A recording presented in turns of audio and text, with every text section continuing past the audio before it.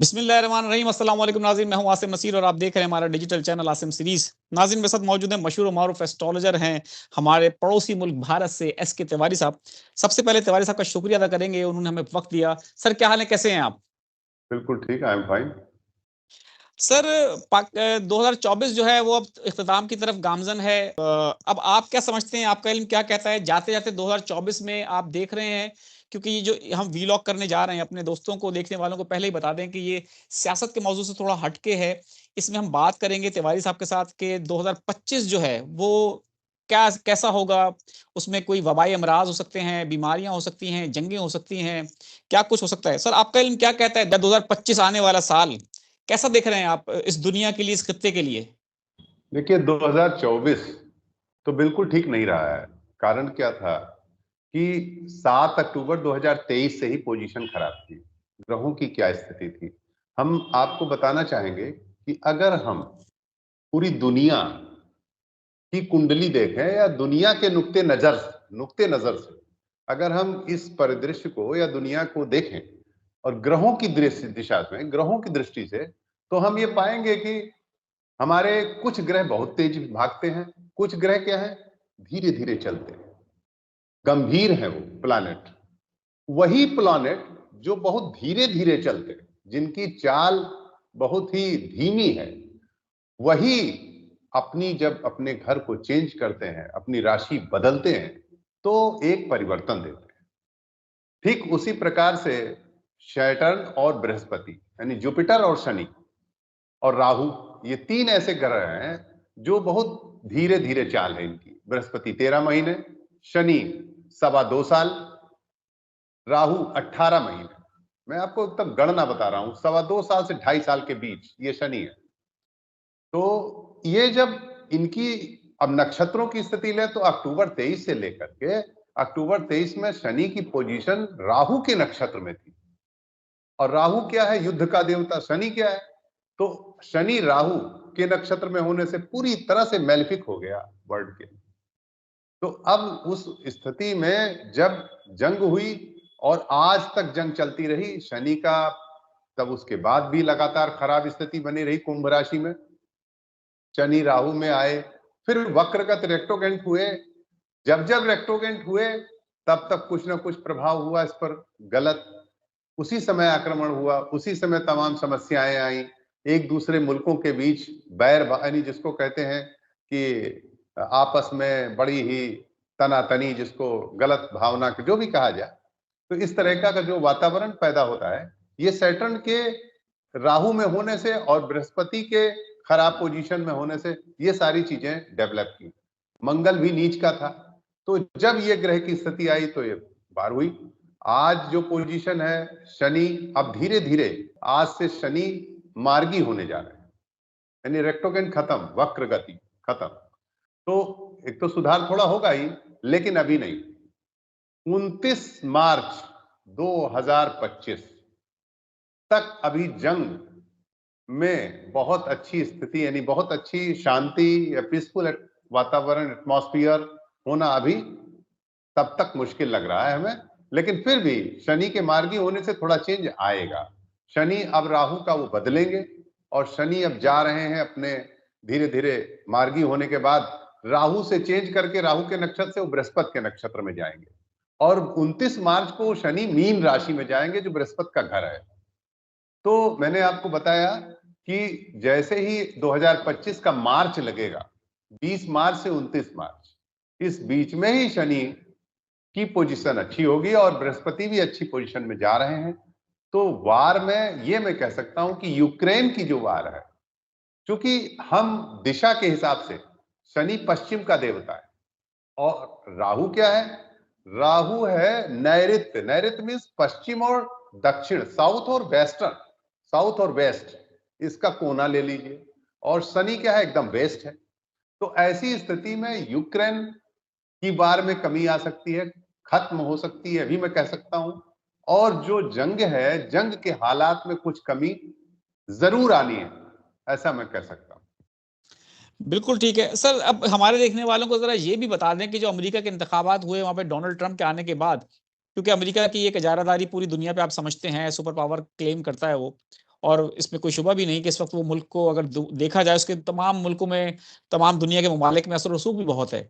तो अब Donald Trump ने जैसा आके कहा कि हम जंगों को खत्म करेंगे, रोकेंगे, मजीद जंगें नहीं हम फैलाएंगे। तो आपको लगता है कि अमेरिका के सदर के इंतखाब के बाद जो पावर शिफ्ट देख रहे हैं आप, अब बाइडेन से इंतजामिया की तरफ, अब ट्रंप इंतजामिया की तरफ जो पावर शिफ्ट हो रहा है, तो आपको लगता है कि ये दुनिया के लिए अच्छा होगा और जंगों के लिए भी अच्छा होगा, जिसमें इस खास तौर पे अगर बात की जाए इसराइल और गजा की जंग है फलस्तीन की, और रूस और यूक्रेन, इन दोनों के लिए भी कुछ रास्ता निकलेगा और दुनिया में कुछ अमन कायम होगा? बिल्कुल। देखिए, मैं पॉलिटिकल भाषा नहीं जानता और ना मैं पॉलिटिकल भाषा में बात करता हूँ। मैं हमेशा एस्ट्रोलॉजिकल भाषा में बात करता हूँ, क्योंकि मैं एस्ट्रोलॉजर हूँ।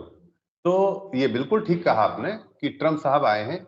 उसी देखिए, ट्रम्प साहब का आना भी ग्रहों की गणित है। ये total it is total mathematics of astrology. हमारे प्लैनेट्स की गणित है। क्या कि जैसे जैसे हमने आपको अभी बताया है, अभी जो मैं पहले बोला हूं कि ग्रह क्या कह रहे हैं कि मार्च से अमन कायम होने की स्थिति आ रही है, बोले हैं ना। बिल्कुल। ठीक उसी तरह से बिल्कुल ये संभावना है, और संभावना इतनी मैं कह सकता हूं 75 से 80% में कह सकता हूं कि अमन होने की स्थिति होगी मुल्क पूरे दुनिया में, ऐसा मैं कह सकता हूं। अब ट्रम्प साहब करेंगे या ट्रम्प साहब का पदार्पण हो रहा है, इस तरह होगा, पर ट्रम्प साहब के आगाज होने से ये एक अलग बात है, वो तो ठीक है, उस पर कोई भी आए। लेकिन हम अपने ग्रहों को, हम प्लैनेट्स के मूवमेंट को हमेशा देखते हैं, हमेशा मैं देखता रहता हूं और रोज अपडेट करता हूं।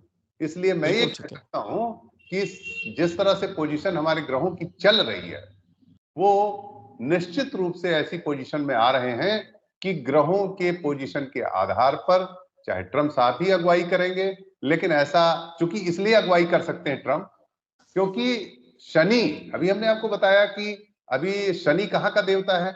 Shani is the lord of west. Shani बिल्कुल ठीक कहां है। का राजा है? वेस्ट, यानी पश्चिम का। तो अगर देखा जाए तो हमारे मुल्क से और आपके मुल्क से अमेरिका कहां पे है? अमेरिका एकदम पश्चिम में है। अगर आप देखिए एकदम आपके नीचे, हमारे आपके दोनों, तो बिल्कुल। पश्चिम के होने से वो गवर्न करेंगे ही करेंगे। तो निश्चित रूप से कुछ ना कुछ अमन बिल्कुल कायम होना है, ऐसा मैं। बिल्कुल ठीक है। सर अब ये भी बता दें, हमने जंगों के हवाले से तो आपकी प्रेडिक्शंस ले ली। अब आप क्या समझते हैं जो कुदरती आफ़ात होती है जिसमें सैलाब होते हैं, ज़लज़ले आते हैं, 2025 आपको कैसा दिखता है? उसमें आपको कुछ आसमानी आफ़ात नज़र आती हैं? कुछ सैलाब, ज़लज़ले, तबाहकारियाँ इस तरह की देख रहे हैं आप?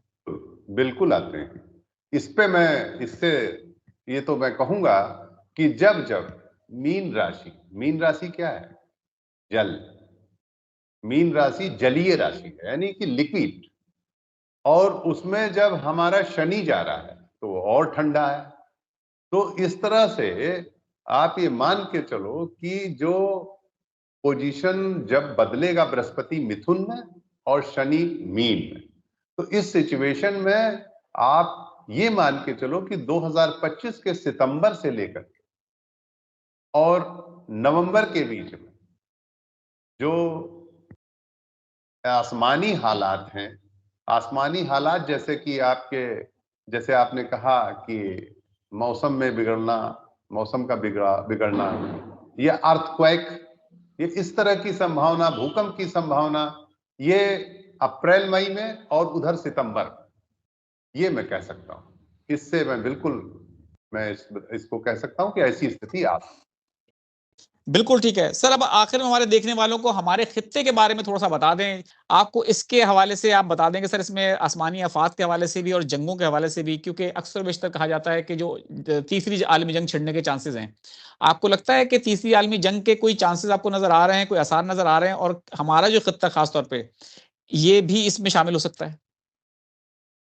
अभी नहीं, 2025 में आपका खित्ता, यानी ये अपना जो सेंट्रल एशिया है, इसकी पोजीशन में मैं ये कह सकता हूं कि इसमें आपका शामिल है, ये पूरा शामिल है एरिया। तो इसलिए मैं नहीं कह सकता कि इधर कोई ऐसी जंग, यानी आपके तीसरे वर्ल्ड वार की तरफ आप जा रहे हो। अभी ऐसा नहीं है, बिल्कुल ठीक 2025 है। में ऐसा नहीं। आगे क्या है वो मैं आगे बताऊंगा कभी। बिल्कुल, लेकिन बिल्कुल ठीक है। इसमें ऐसा कुछ भी नहीं है कि आप थर्ड वर्ल्ड वार की तरफ ये खित्ता बढ़ रहा हो। तो ये जो सब कॉन्टिनेंट, इसमें हम ये नहीं कह सकते कि हम तीसरी वार की तरफ बढ़ रहे हैं। अभी हमारा या हमारे लोगों का ऐसा कुछ नहीं है। और जहां तक है 2025 में अमन रहना चाहिए वार से संबंधित। लेकिन जो आपने मौसम के बिगड़े हालात कहे हैं वो निश्चित रूप से गड़बड़ है। उसके बारे में मैं नहीं कह सकता कि बहुत अच्छे हालात रहे।